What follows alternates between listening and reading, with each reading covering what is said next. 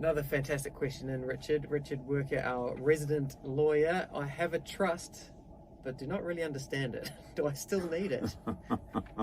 Really good question. Yeah. So many people have trusts, and honestly, I see people coming in, they've got no idea. Yeah. Some of them were set up that were so complicated, and they had volumes of paper and so on, and they had no idea what it is. So. Yeah.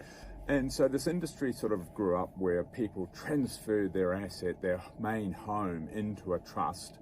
And then they thought that if they went into care, the government, the WINS or, whoever's the subsidies would say, do you own anything? And you'd say, no, because the trust owns it, so I don't own it. Yeah.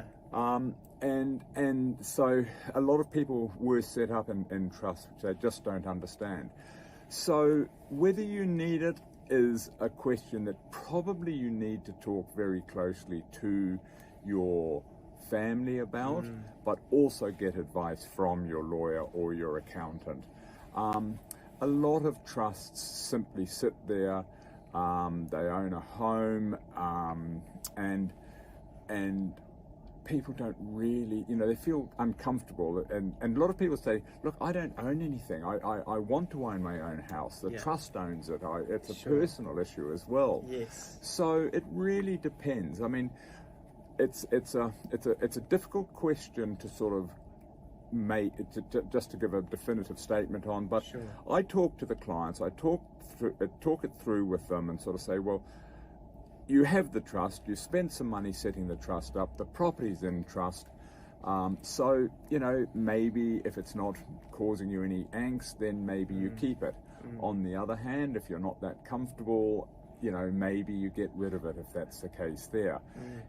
One thing with trusts is that you have to have records. In other words, if you're using the trust primarily to avoid hospitalization charges or something, it's WINS looks straight through that now.